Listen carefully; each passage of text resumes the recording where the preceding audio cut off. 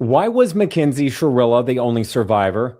Why, on her vehicle, the Toyota Camry, did the passenger side sustain the most damage? Could that have been intentional?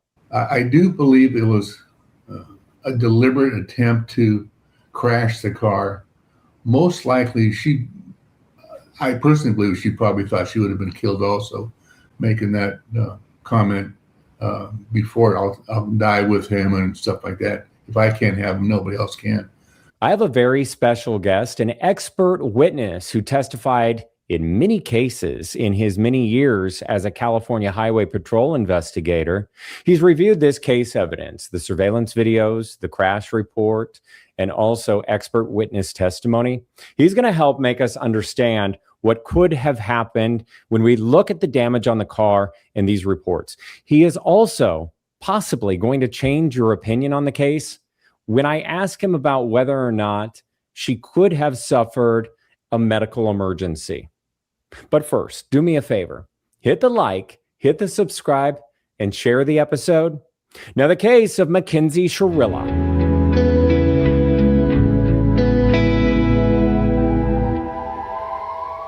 Joining in the conversation, we have a very special guest. We have Stephen Plourd, crash reconstruction expert, former California Highway Patrol with decades of experience. You work with reconstruction, consulting work. You've been an expert witness. Really excited to talk to you about the Mackenzie Shirilla case, because the first question on everybody's minds, how come she's the only survivor? I think it was just luck. The way the car hit the building, the right front corner hit the building in the mid 90s. And because it hit on the right side, more of the impact was directed on the right side, moving to the rear of the car where the two occupants were, the two passengers on the right rear and the right front. As it hit, it spun in a clockwise rotation and then shot off to the left, spinning around, which the direct impact was not on the driver's side. And with a combination of spinning, airbags, her seatbelt being activated, I think she was just really lucky. And for all practical purposes, she should have been much more severely injured, or in fact, probably most likely dead because of the high speed of the crash. Yeah, prosecutors were arguing in court, before she was convicted, that she was going 100 miles per hour, foot completely down, which we'll talk about on the gas pedal. And these are the results of this crash.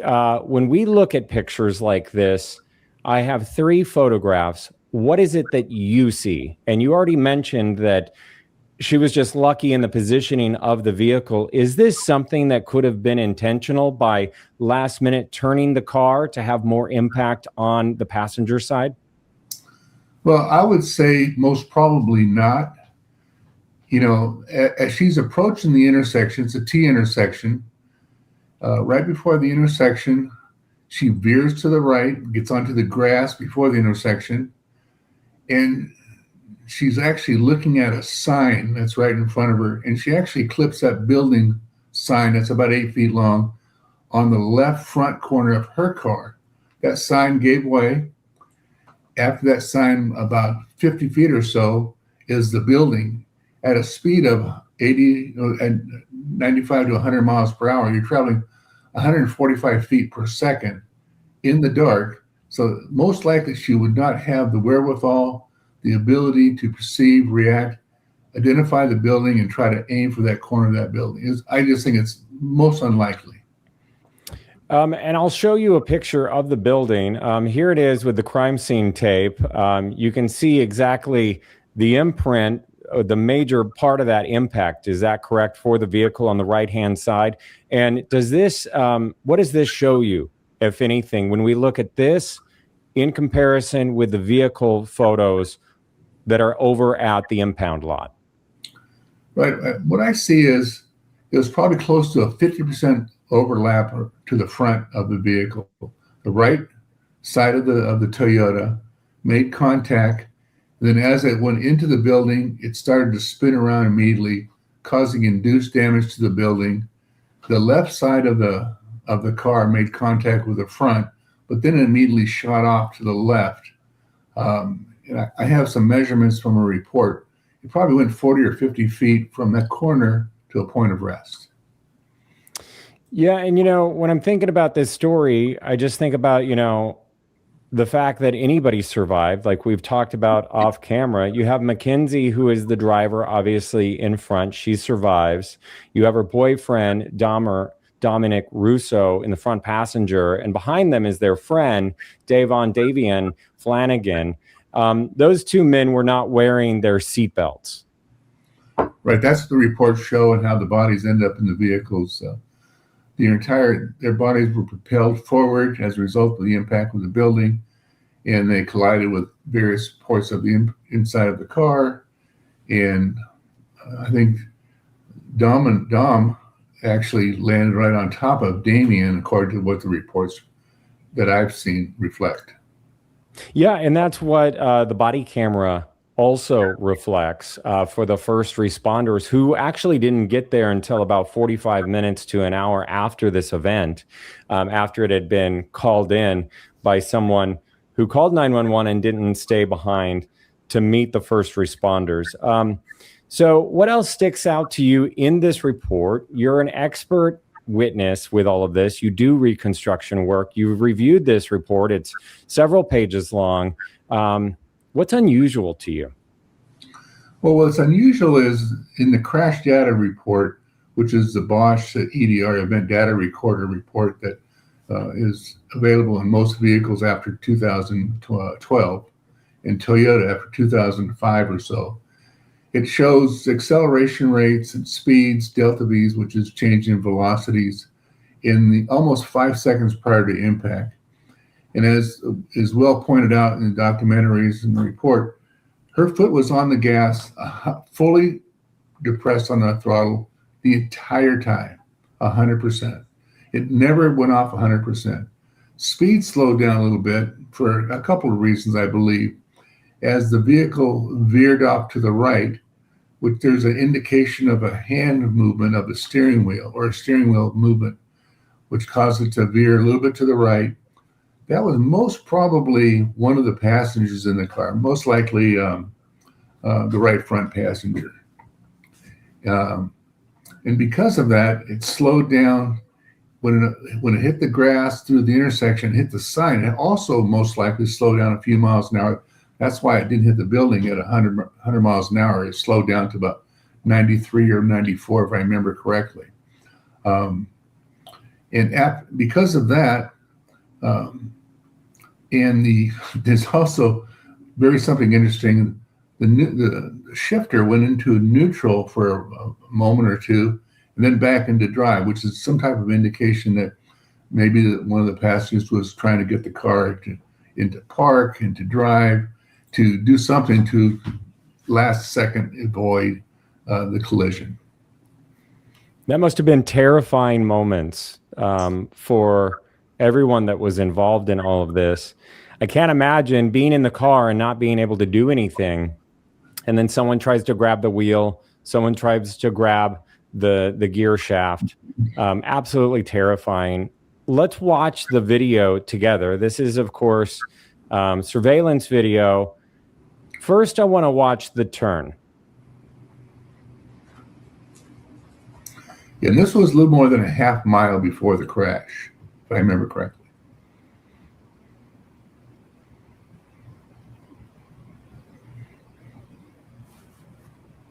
Seems in control. Mackenzie seems in control. She's behind the wheel. Also, she's using a turn signal, and she slows down for that turn. It's completely in a deliberate turn, normal, reasonable, nothing aggressive at this point. All faculties in order. Turn signal, 15, 20 miles an hour at the turn. I didn't evaluate the exact speed, but somewhere in that general area, which is what I call a normal turn. And then now we're going to compare that. She's driving down the road.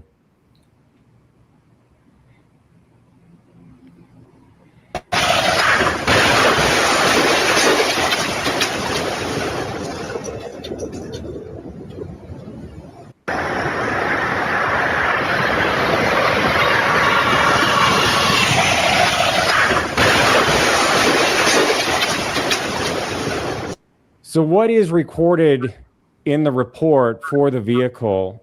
No braking whatsoever, right? And we also do not see any brake lights in the car.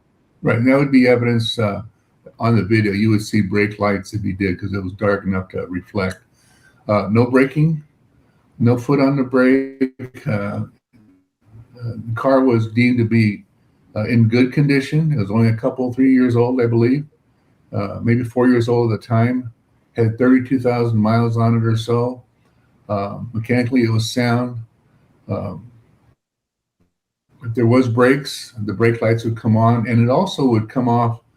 Most likely, that somebody, unless they're a two-footed driver, the gas pedal would be released, switched over to the brake, then you would see a brake switch come on, and you don't see that in the report at all. So 5 seconds before, it's doing real close to 100 miles an hour, between 95 and 100. And to get to that speed, it'll probably take 10 seconds or more if you hit the gas as hard as you could. So 10 seconds before that, maybe 12 seconds before that, somebody's hitting the gas as hard as they can. Mackenzie's hitting the gas as hard as she can. So you got about 12 seconds of accelerating really hard, and then 5 seconds at 100. So you got almost 18 to 20 seconds of somebody in the car, the two passengers, going in fear of their life, and just, it's incomprehensible what they would be seeing or feeling at the time. They probably weren't awake at 5:30 in the morning too, or not real awake, but they were probably somewhat awake, but now really awake as they You've investigated a lot of crashes over your lengthy career, and I'm sure a few of them involved maybe people that actually did have a medical emergency. That's kind of what the defense was claiming at some point in time, or her family, that she suffered from a condition which could have made her black out, things of that nature. But what would you have seen in the report, if anything, if that were the case? Well, if she had some type of condition that would cause a seizure, for example, that may cause that in theory. I don't believe that would happen, but in all likelihood, the foot would come off the gas, or at least the pressure of her foot would not be completely depressed 100%, and there would be some relief from the gas pedal if she had a seizure. But you would also not see somebody going from drive to neutral back to drive again on the shifter. That's most likely somebody else. And also, when the steering, it went to the right immediately before the intersection, then moments later it went back to the left, which is when it hit the sign and hit the building, right before the building. So you wouldn't see that type of thing. But if the defense, I've worked on cases where there was medical emergencies and things happen, vehicles go out of control, but usually the acceleration is taken off. In this case, you don't see that at all. So I don't quite frankly believe that. And there's also no medical evidence, no expert come in and say something happened. No brain waves were detected, or no EKGs were done to show that she had some type of medical condition, which I think would absolutely be necessary as a defense. Yeah, and she didn't testify. She could have talked about that, or they could have shown some sort of proof. Her defense could have, but they didn't put forth that information in front of the judge, because this was a bench trial. Right. Let me play part of her statement of allocution, where she says she doesn't remember anything. And then I want to play you part of the body camera where she's able to respond to certain questions with the first responders, and then we'll talk about it. Let me first play the statement. Anyone else? I would like Mackenzie to address the court.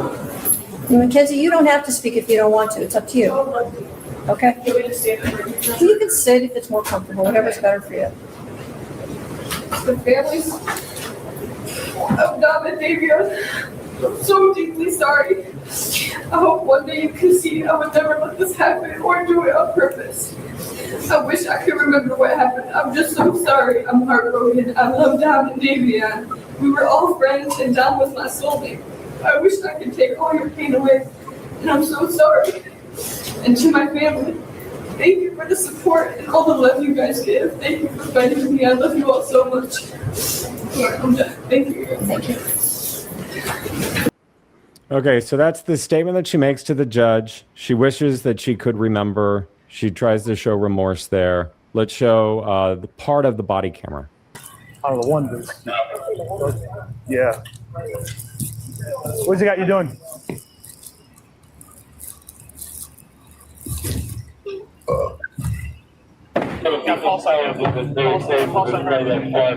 She's moving. She's moving. She's moving. What's your name here? Mackenzie. Okay. All right.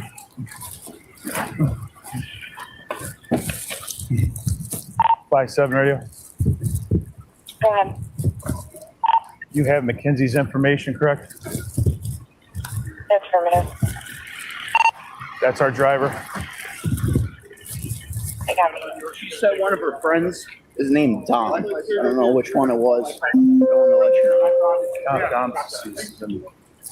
know. Okay, I'm going to pause it right there. So what's your take from the fact that, you know, in court she says, I don't remember, before she's sentenced to life with the possibility of parole. And then, you know, at the scene there, she's kind of like able to answer basic questions. I looked at some of the medical records, and I heard about the medical records. She didn't have a significant head injury that I was aware of, and she was talkative afterwards. So I think she's just not telling the truth. That's my personal opinion. Yeah, well, I mean, this is why I'm interviewing you, because you have so many years of experience and you've been on the front lines. And, you know, another thing, before we get back to our investigation on this, I wanted to mention, you know, the other people that are traumatized, obviously, the victims' families, they have the life sentences, the true life sentences here, those young men. But then you also have all of the first responders and the prosecutors and the expert witnesses like you, but especially the first responders that are also traumatized for life by events like this. I can relate, because I work crashes where I pull a baby out of a canal, and to this day, I still remember that, because my son was the same age as that 9-month-old baby I pulled out of a canal when I did that 40-something years ago. Those type of things stay in your mind, and it is heartbreaking, and it is traumatic. Yeah. So thank you again for talking to me, because, you know, it's re-traumatizing to see this kind of stuff all the time. But I do want to play a little bit more of the body camera video, because I had another question for you with something that comes up. Okay. Thanks. Yeah. Tell her.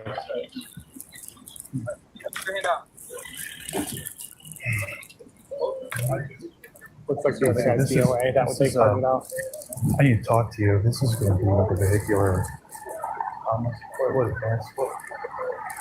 Where are we? Legally, she's driving. She's intoxicated. Yeah. She's dead. I mean, Well, I don't know if she's intoxicated. Right, We don't but- know that. we don't have that's a that- detective thing, right? All that charges and stuff.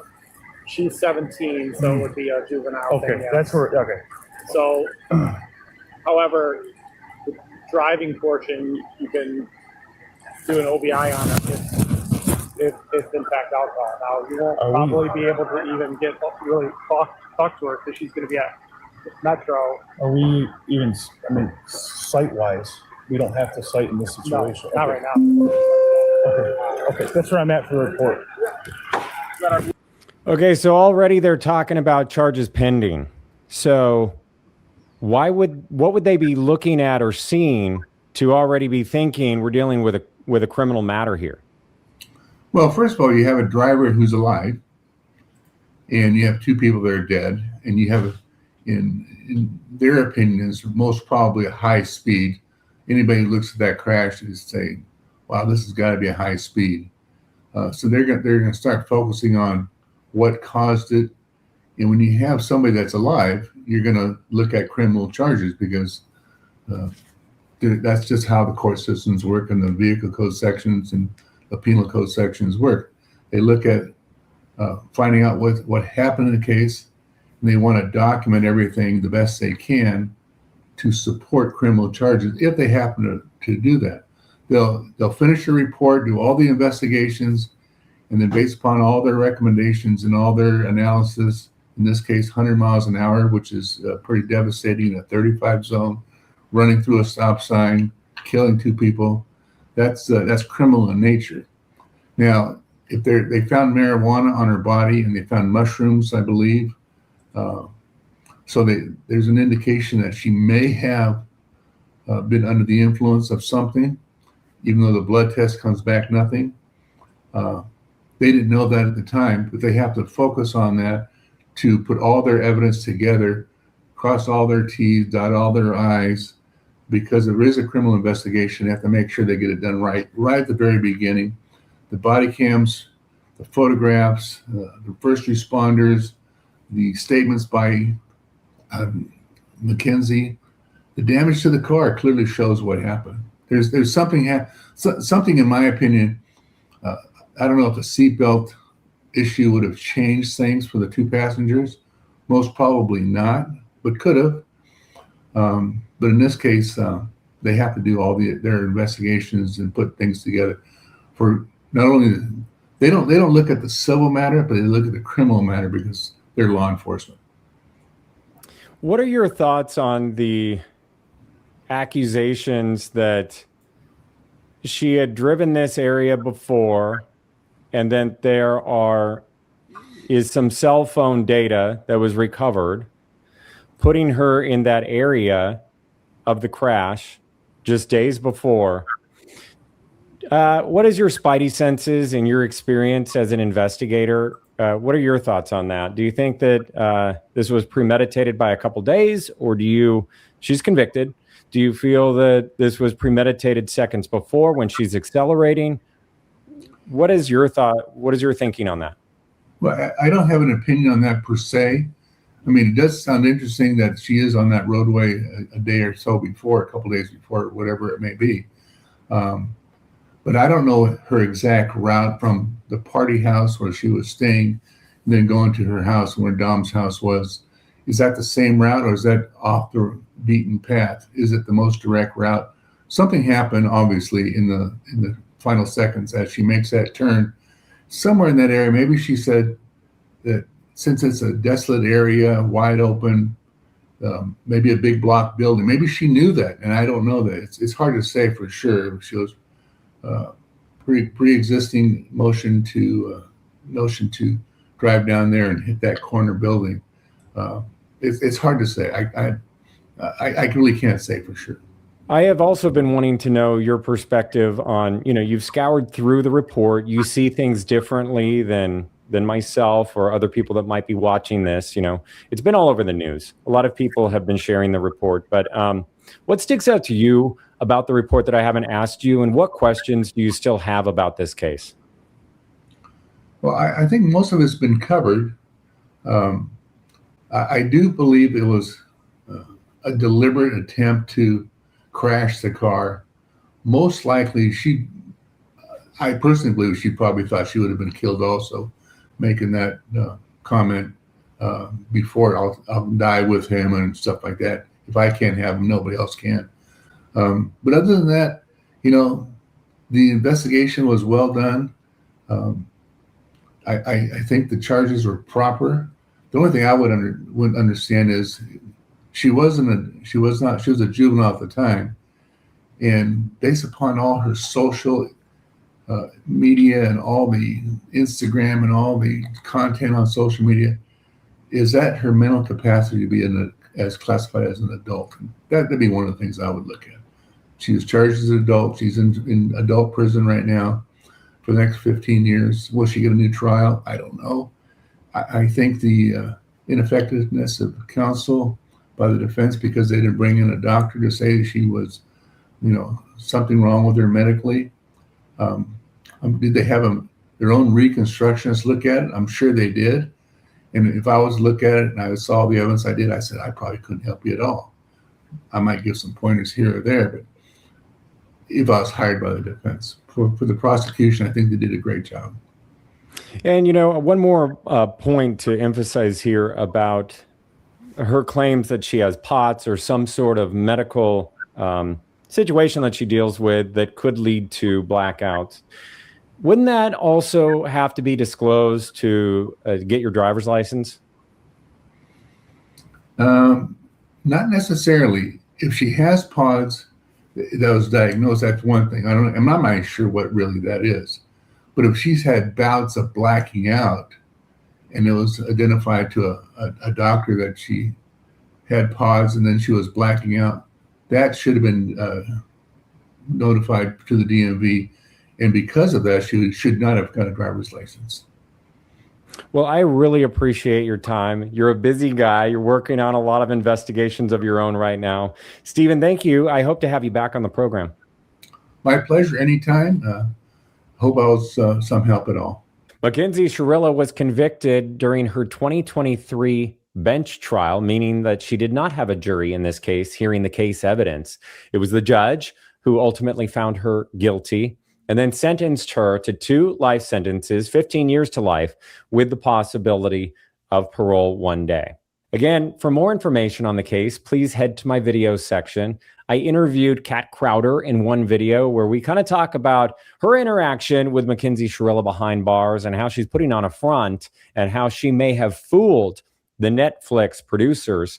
In another video, I interview a forensic psychiatrist and we break down her many statements. Her statements behind bars, including phone calls, and then her statements to the judge before that sentencing. I want to thank you for being here. Again, hit the like and subscribe, and we'll see you next time.